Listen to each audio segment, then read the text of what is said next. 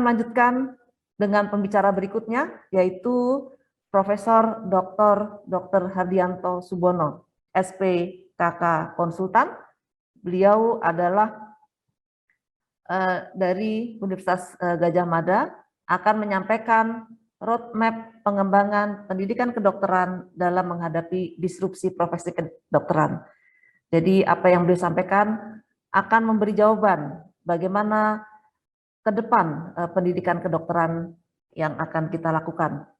Baik, saya akan izin menyampaikan CV beliau. Beliau juga telah banyak berkecimpung di dalam pendidikan kedokteran sebagai Ketua Asosiasi Institusi Pendidikan Kedokteran Indonesia, kemudian juga pernah menjadi anggota Ketua Konsil Kedokteran Indonesia dalam bidang dermatologi dan venerologi. Beliau aktif di ASEAN Academy of Dermatology dan Venerology, serta member of European Academy of Dermatology dan Venerology.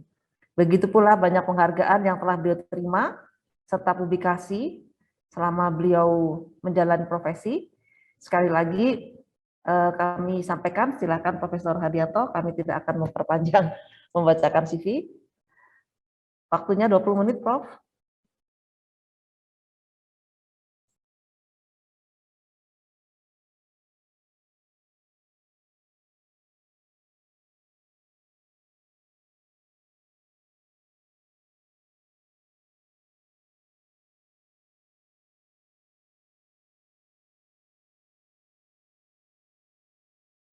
Mohon, Prof. Hardianto, suaranya belum keluar.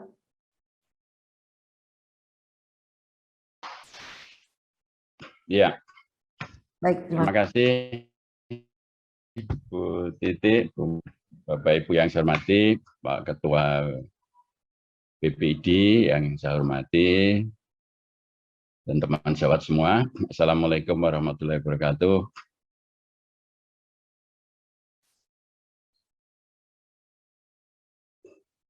Bisa diizinkan untuk sharing, Bu Titi? Bisa, Prof. Silakan, Prof. Nggak bisa ya? Oh, baik. Masih di disable. Tadi juga mohon panitia.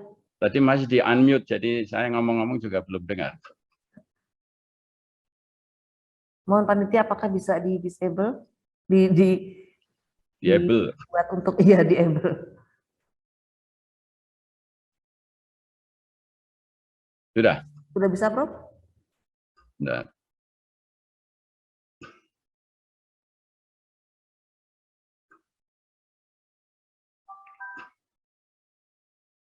Ya, terima kasih atas waktu yang diberikan kepada saya untuk menyampaikan beberapa pemikiran tentang roadmap pengembangan pendidikan kedokteran menghadapi disrupsi profesi kedokteran. Saya kira apa yang disampaikan oleh Prof. Marsis, Prof. Budi ini sebenarnya sudah cukup ya. Jadi roadmap-nya tinggal menyusun dalam bentuk dalam bentuk map saja, namanya roadmap ya.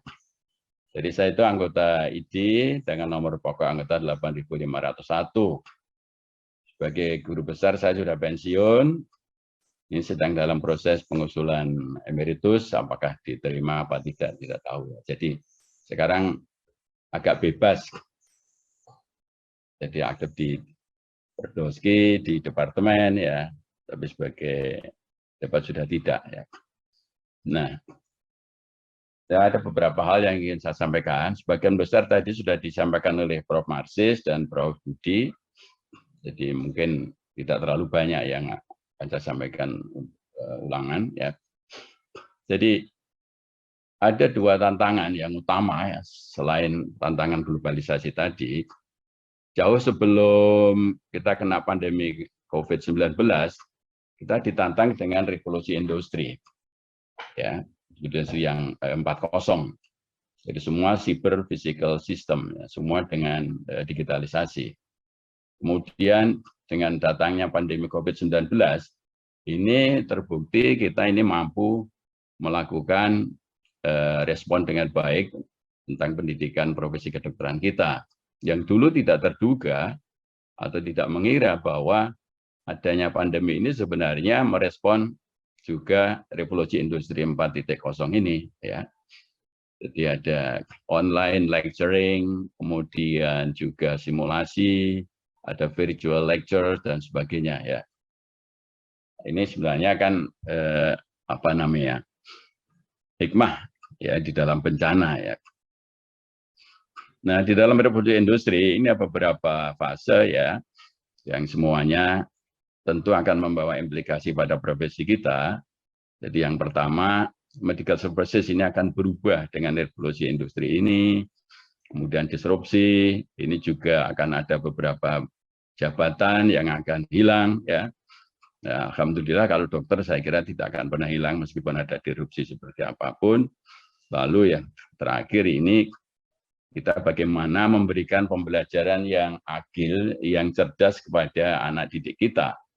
Tentu harus penuh simpati, ada curiosity, creativity, complex problem solving, dan determinasi. Nah, ini beberapa existing knowledge dan teknologi untuk digitalisasi dan komputer data analisis dan seterusnya, ya. Kita lihat di sini aspeknya bioteknologi, ya. Ini kita dulu juga tidak ngira bahwa ternyata sekarang hampir semua center ini bisa melakukan gene sequencing, ya. Dan ini sangat dibutuhkan. Bahkan lab-lab di daerah pun sekarang bisa melakukan genetic sequencing. Kemudian genetic biologic agents, ya. Kemudian personalized medical treatment atau personalized medicine seperti disampaikan oleh Prof. Budi tadi, dan beberapa temuan lagi dalam neuroscience, ya. Nah, oleh karena itu ke depan yang perlu dipikirkan juga bagaimana mengajarkan anak didik kita dalam personalized medical treatment atau personalized, ya. Sebenarnya kita juga perlu melihat sejarah. Jadi kita lihat di sini sejarah pendidikan dokter atau pendidikan kedokteran itu sudah mulai dari prakemerdekaan. Dulu hanya ada 2 fakultas kedokteran, yaitu GH yang ada di Jakarta dan NIAS yang ada di Surabaya. Kita mengacu pada kurikulum Belanda. Kemudian tahun 46 sampai tahun 70 itu hanya ada 22 fakultas kedokteran, 22 fakultas kedokteran negeri dan 10 fakultas kedokteran swasta. Kurikulumnya dulu masih bebas. Ya. Kemudian tahun 70 sampai 80, ya.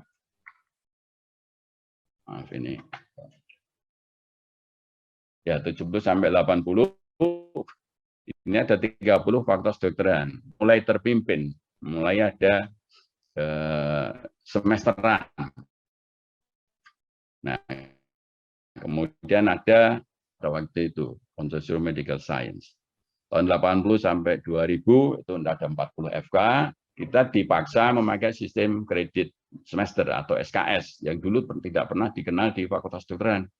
Karena bagaimana seorang dokter kok nyicil mengambil ilmu klinik dulu sebelum basic science, bagaimana yang disampaikan Prof. Budi Wiwekota di basic science ini menjadi sangat penting, tapi ini menjadi peraturan nasional sehingga semua FK memakai sistem kredit semester. Lalu bentuklah CAS yang merupakan perubahan dari CMS karena tidak hanya kedokteran tapi juga menyangkut bidang ilmu kesehatan. Kemudian tahun 2000 sampai kemarin 92 fakultas kedokteran, ya. Bayang waktu yang sangat singkat, tambahan begitu banyak. Ketika saya di KKI jumlah FK itu hanya 61, sekarang bertambah sudah 92, berkembang terus sesuai dengan dinamika, ya kadang-kadang apakah memang dibutuhkan atau dinamika politik, ya. Nah, inilah yang kemudian jadi tantangan kita tahun 2020, pendidikan kita akan seperti apa. Ya, sebenarnya secara tidak langsung ini merupakan roadmap pendidikan kedokteran dari dulu sampai sekarang ataupun yang akan datang. Sedangkan untuk yang akan datang tadi sudah banyak dibicarakan oleh Prof. Marcel Budi.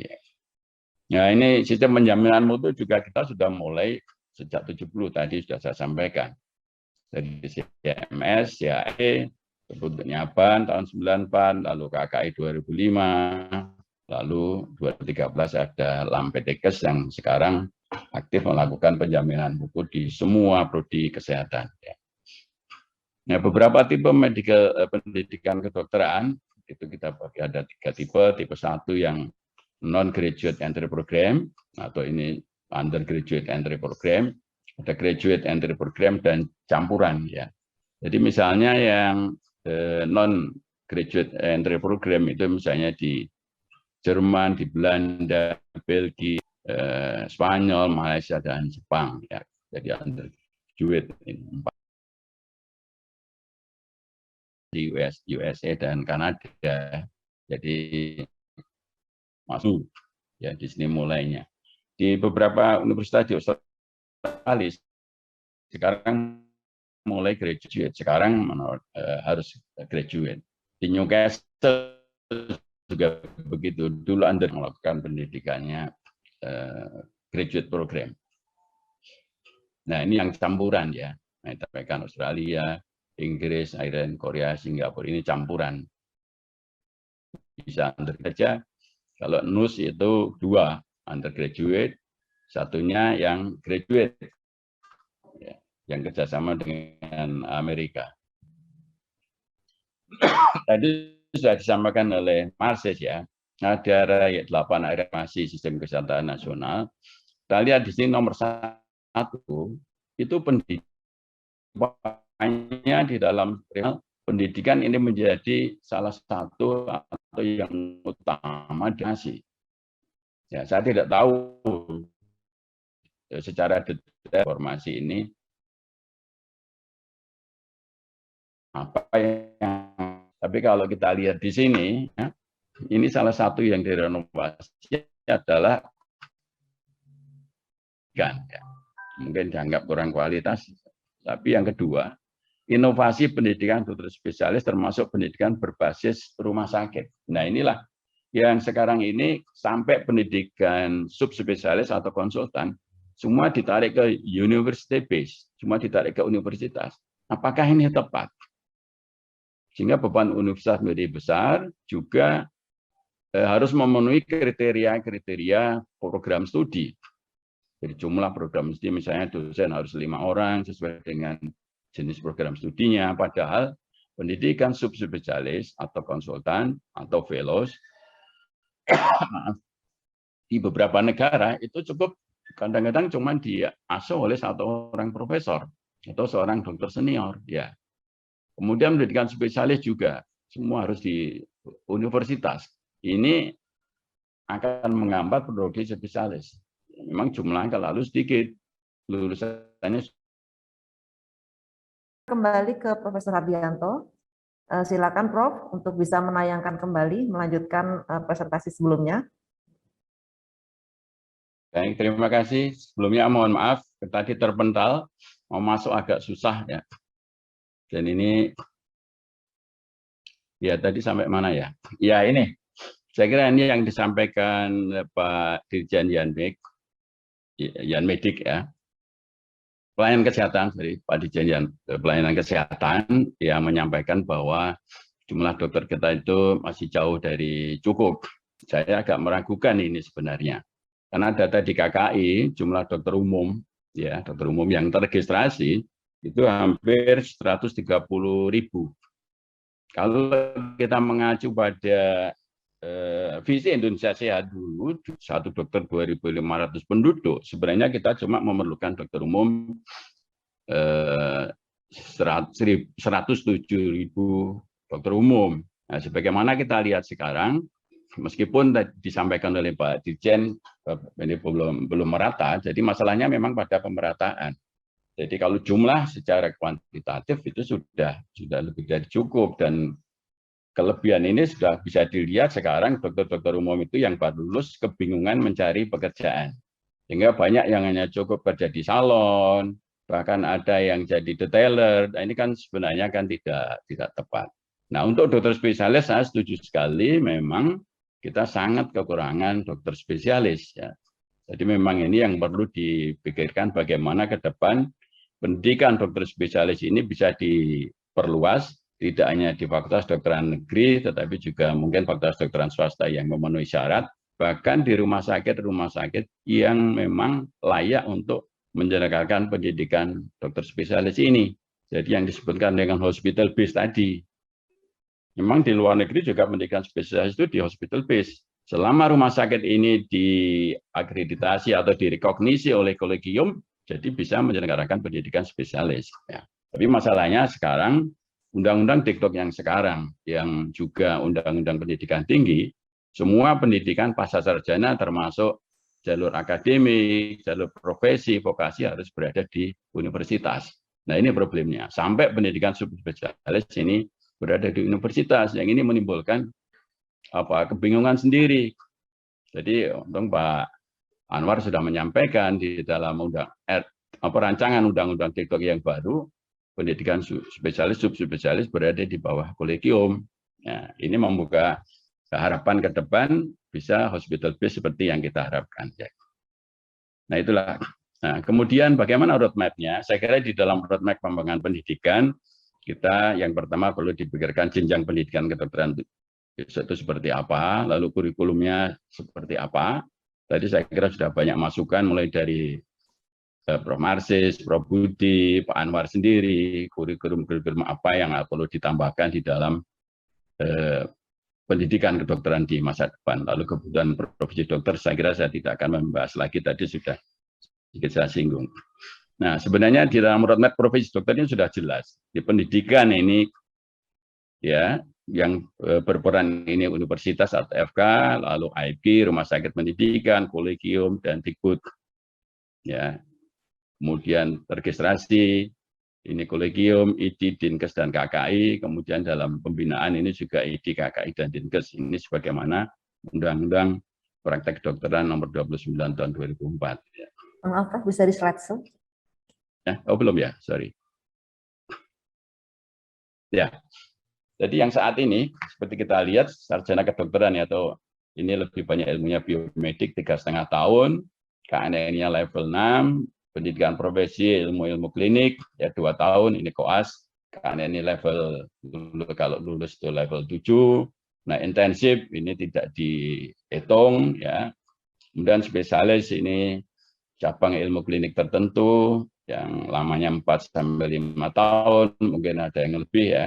KKNI-nya level 8 dan spesialis ini merupakan percabangan dari cabang lagi yang lamanya 2 tahun, KKNI level 9 ya. Ya, jadi ini kalau kita lihat ini memerlukan waktu yang cukup panjang dibandingkan dengan jalur akademik atau jenis akademik. Sarjana 4 tahun, magister 2 tahun, doktor 3-5 tahun. Kita lihat pendidikan profesi kedokteran itu sarjana 4 tahun, dokter 2 tahun, masih harus intensif, setelah itu spesialis, subspesialis ya. Ini dokter ini lama pendidikannya tidak kurang dibandingkan dengan magister. Tapi sekali lagi dari awal saya sudah sebenarnya mengusulkan dokter itu harusnya KKN-nya level 7. Sedangkan spesialis dokter itu level 8. Nah, seharusnya spesialis itu 9, subspesialis itu urusan masing-masing profesi, tidak perlu diberi leveling KKNI. Ya. Tapi apa yang terjadi di undang dokter hanya dihargai 7. Ya. Nah, oleh karena itu usulannya, ini mestinya sarjana itu level 6, betul. Ya. Kemudian profesi intensif harusnya itu level 8, karena ada koas 2 tahun dan intensif 1 tahun. Kalau di luar negeri ini dijadikan satu paket. Pendidikan spesialis itu level 9, sedangkan subspesialis atau fellowship ini tidak perlu ada leveling karena ini sebenarnya pendalaman salah satu cabang ilmu dari cabang ilmu spesialis. Ya. Nah, di Amerika ada 12 fakultas kedokteran yang juga melakukan akselerasi. Jadi oleh karena itu tadi saya sampaikan, sarjana kedokteran itu cukup 3 tahun. Kemudian yang 3 tahun itu untuk klinisnya. Nah, di Amerika juga ternyata begitu. Pada keadaan normal mereka 4 tahun. Tapi mereka sekarang 12 fakultas kedokteran, saya menyebutkan siapa saja, tapi menjadi 3 tahun. Ya. Ini jurnal baru ini ya, 2007 mereka mulai. Nah, kenapa begitu? Karena mereka shortage of primary care, shortage of some specialist, beberapa spesialis pediatri, bedah umum, primary care. Kemudian reduce student debt, artinya apa? Yang daftar fakultas kedokteran semakin berkurang. Mungkin mereka merasa bahwa sekolah kedokteran itu lama. Setelah itu cari kerjaan susah juga. Di Amerika juga begitu. Ya. Enak jadi sarjana ekonomi, begitu lulus langsung mudah cari kerjaan apa saja. Mudah untuk perbaikan efisiensi pendidikan. Lalu juga memperbaiki relevansi dari pengalaman klinis supaya lebih banyak nanti di klinis. Lalu reprioritisasi kesempatan untuk research. Nah, ini ada beberapa, ada suatu jurnal yang melakukan survei di antara dekan-dekan yang tadi melakukan akselerasi pendidikan kedokteran. Ya, ternyata bagus. Jadi ini mengurangi jumlah mahasiswa atau meningkatkan jumlah mahasiswa yang masuk kedokteran. Ini alasannya karena berkurang tadi yang masuk fakultas kedokteran. Kemudian mempercepat jalur untuk karir klinis, mengikuti pendidikan spesialis lebih cepat, dan seterusnya. Saya kira ini banyak sekali alasan kenapa dekan-dekan dan direktur programnya itu setuju dengan akselerasi pendidikan kedokteran. Nah, tapi kekurangannya tentu mengurangi kesiapan postgraduate year, ya, untuk independensi. Kemudian berkurang paparan juga terhadap hal-hal yang tertentu yang penting, yaitu safety, kemudian quality assurance, mestinya ada public health, lalu ada premature commitment terhadap untuk pendidikan spesialisnya, lalu burnout atau exhaustion, ya, supaya tidak terlalu lama tadi pendidikannya sehingga tidak membosankan. Nah, ini juga salah satu jurnal yang saya dari slide-nya Bu Titik ini. Ternyata ada juga finding the effective ways to shorten student training. Jadi ya memang banyak memikirkan pendidikan kedokteran itu terlalu lama. Nah, oleh karena itu apa yang kita lakukan? Pertama yaitu menambah kurikulum. Tadi sudah disampaikan banyak, mulai dari Pak Marsis, Prof. Budi, Pak Anwar, ini digital health atau transformasi digital.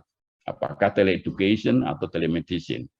Ini bisa disampaikan dalam kurikulum, built-in kurikulum, atau menjadi elective atau adjunctive courses. Adjunct courses, jadi kursus tambahan yang ada sertifikasinya. Tapi jangan lupa, ini harus menunjang kompetensi dokter yang akan kita luluskan. Nah, ini kita ingat Tomorrow Doctors dari GMC, ya, Tomorrow Doctor, the doctor as scholar and scientist, kemudian doctor as practitioner, and doctor as a professional. Ini dari GMC, Tomorrow Doctor, ya.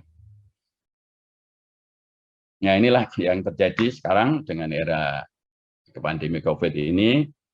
Sekarang tidak hanya ini, tetapi juga sekarang semua, tidak hanya mahasiswa, tapi pelajar pun dari SD sekarang sudah memegang HP, ya, karena itu tadi, ya, karena keadaan terpaksa. Tapi ternyata ini juga bisa berjalan, ya.